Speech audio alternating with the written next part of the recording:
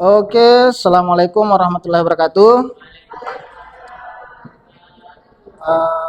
Alhamdulillah, puji syukur kehadirat Allah Subhanahu wa Ta'ala. Pada kesempatan yang berbahagia ini, kita masih diberi kesempatan untuk melanjutkan materi yang minggu lalu kita sudah bahas dengan mata kuliah manajemen zakat, infak, dan sedekah. Nah, sebelum kita memulai materi, berdoa dulu agar apa yang kita laksanakan pada kesempatan yang berbahagia ini menjadi berkah. Oke? Nanti saya yang pimpin doanya ya. Bismillahi bi barakatam al-Fatihah.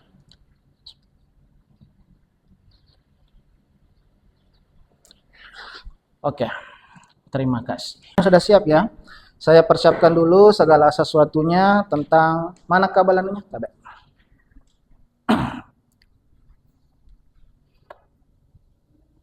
Pertemuan kali ini kita akan membahas tentang musaki dan mustahik. Tapi sebelum kita masuk ke dalam materi musaki dan mustahik, kita ada baiknya bagaimana mengingat-ingat kembali tentang tentang materi-materi sebelumnya. Siapa yang masih ingat tentang materi sebelumnya? Ada yang masih ingat? Coba angkat tangan. Saya pun Ya, silakan. tentang hakikat zakat, mengapa kita harus berzakat pun dan Oh ya. hakikatnya begitu. Oke. Baiklah, tentang minggu lalu kita sudah membahas bagaimana konsep zakat, di mana minggu lalu kita bahas tentang tujuan zakat. Zakat itu sebenarnya tujuannya apa? Kenapa kita harus capek-capek lagi kasih keluar uang, sementara kita yang capek kerja banting tulang. Kemudian banyak minggu lalu yang mengatakan, Pung, untuk membersihkan harta. Memangnya harta yang kita gunakan, yang kita dapatkan itu hartanya tidak bersih, harus dibersihkan. Itu kan. Jadi, bagaimana sebenarnya hakikat zakat? Hakikat zakat itu adalah untuk membersihkan ego yang ada di dalam diri. Apa yang dimaksud dengan membersihkan ego yang ada di dalam diri? Di mana ketika kita sudah mendapatkan sesuatu, ada hak orang lain yang ada di sana. Nah, seperti pepatah Bugis, nak komunriase mopi kantonna tawe meresa tu masudina. Jadi zakat, infak, sedekah, hibah, wakaf dan semuanya itu adalah proses pembiasaan diri kita untuk tidak serakah, tidak ego. Karena ending daripada mengeluarkan harta di dalam Islam adalah selain untuk hablum minallah, juga untuk hablum minannas. Dan di luar daripada dua konsep tersebut, lagi-lagi kembali kepada diri sendiri, agar kita mampu menekan ego yang ada di dalam diri kita. Itu secara hakikat. Walaupun secara lahiriah secara lahiriah itu ya membersihkan harta. Kemudian ada beberapa pepatah yang mengatakan zakat itu bagaikan pisau bedah. Zakat itu bagaikan pisau bedah yang mengangkat tumor.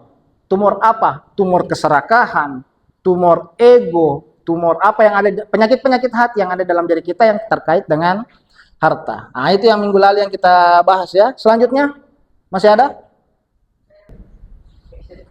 Ya, silakan.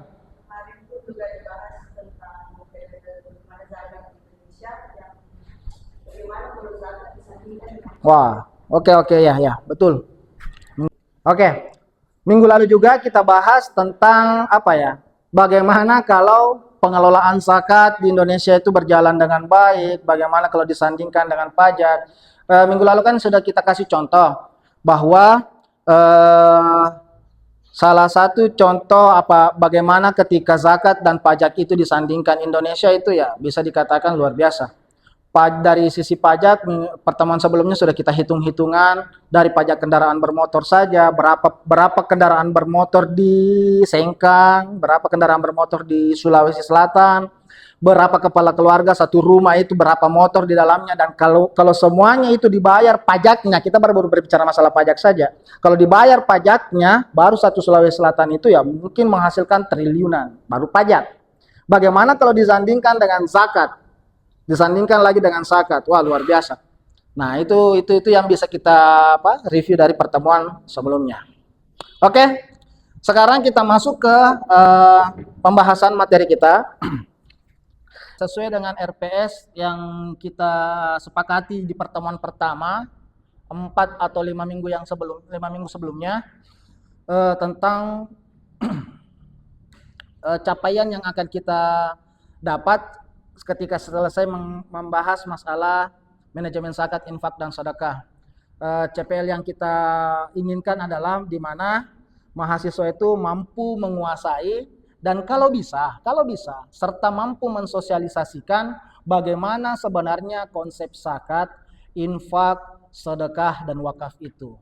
Nah, itu yang ingin sebenarnya dicapai.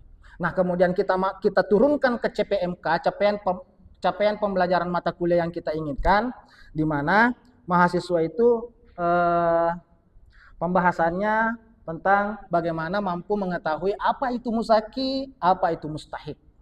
Nah, diturunkan kembali ke bagian sub CPMK-nya bahwa bagaimana nantinya di sini mahasiswa itu mampu mengidentifikasi bagaimana kriteria orang yang tergolong mustahik produktif, karena ada juga orang yang produktif dikasih zakat tapi dia mampu mengembangkan zakat yang dia terima. Ada juga yang sekedar ya menunggu bantuan saja. Itu namanya mustahik konsumtif. Nah, selain itu nanti juga kita bisa memahami orang-orang yang termasuk dalam golongan muzaki. Nah, itu. Nah, baiklah.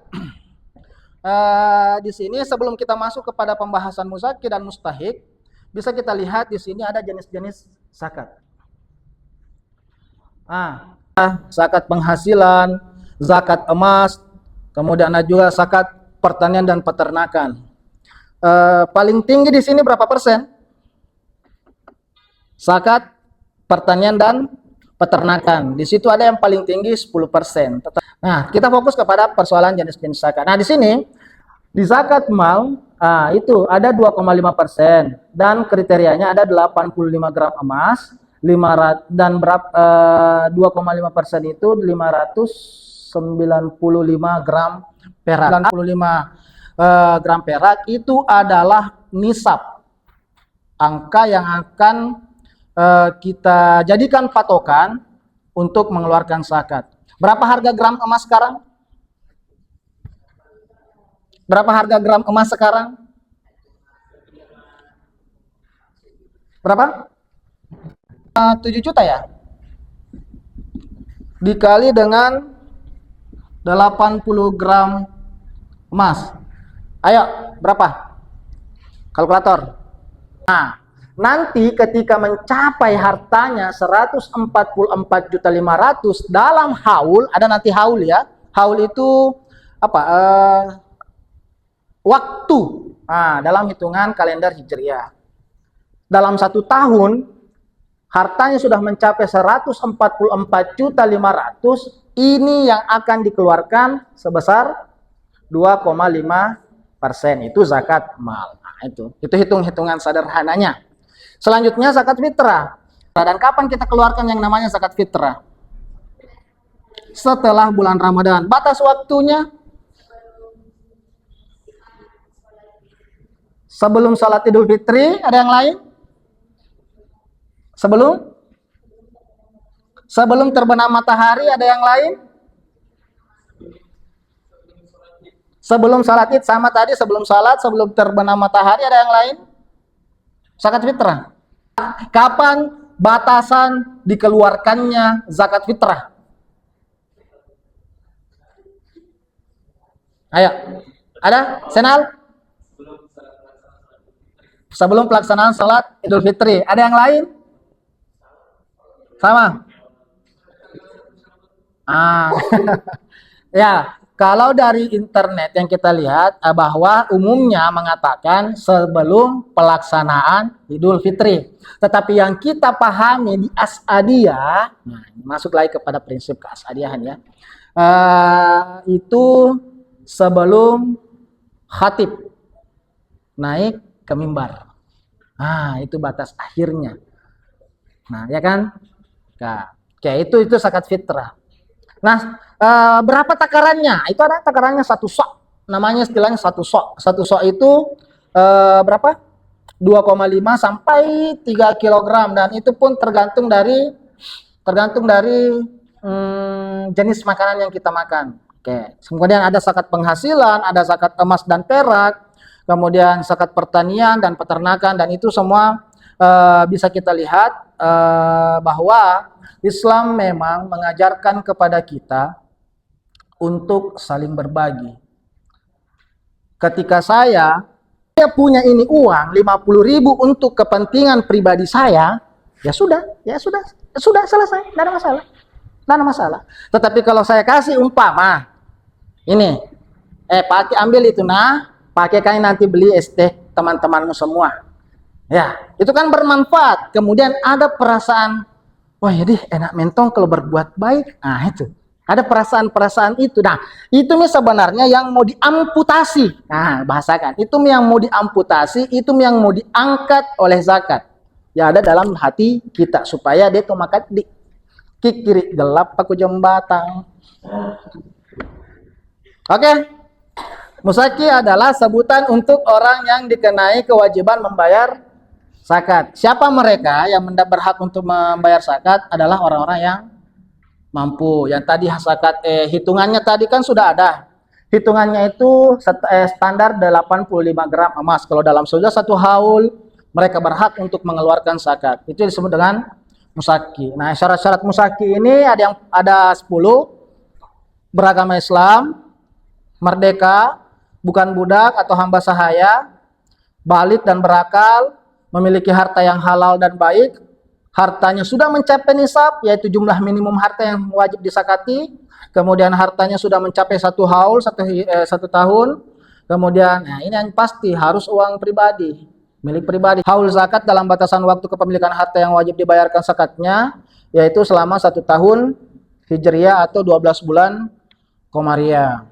Nah, innamas shadaqatu lil fuqara'i wal masakini wal amilina 'alaiha wal mu'allafatu qulubuhum wa fir riqab wal gharimina wa fi sabilillahi wa banis sabil faridatan minallahi wallahu alimun hakim. Itulah dalil tentang zakat, infak, sedekah dalam surat Taubah ayat 60.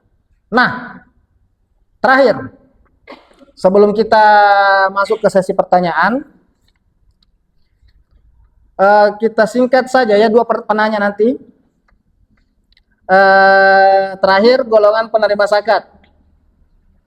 Fakir sesuai dengan dalil tadi ya, golongan-golongan yang menerima zakat ada fakir, miskin, amil, mu'allaf, riqab, gharimin, fisabilillah dan ibnu sabil. Walaupun ini masih ada beberapa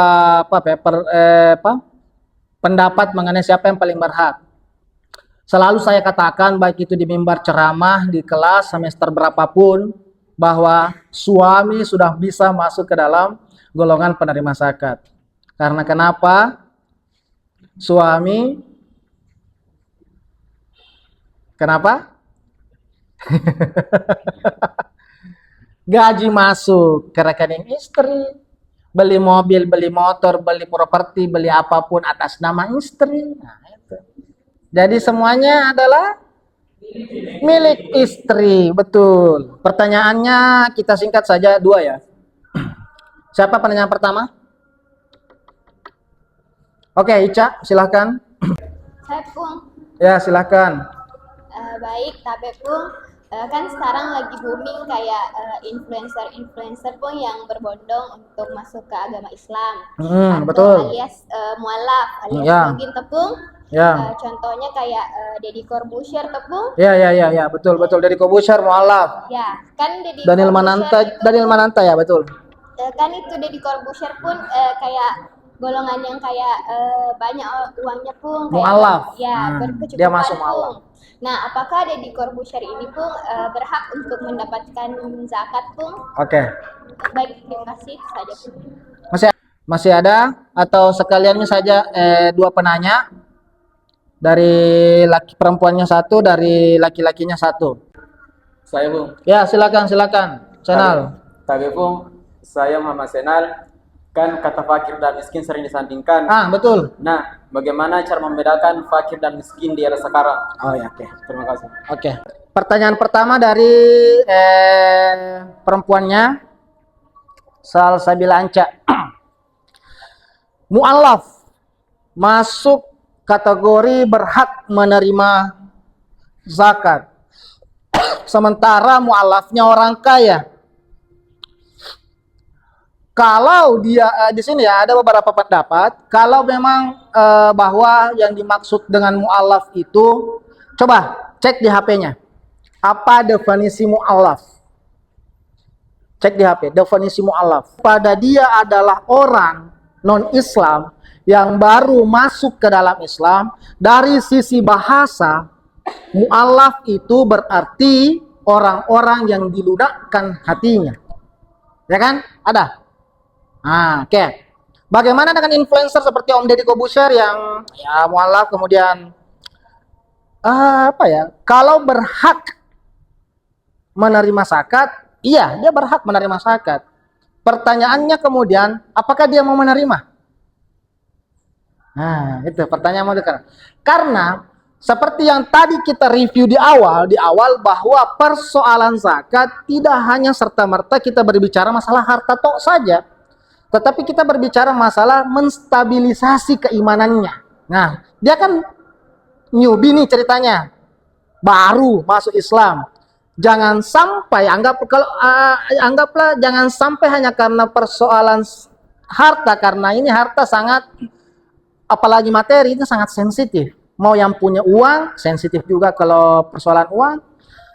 Orang kaya cacipe, orang miskin timak dereke. Nah, gitu.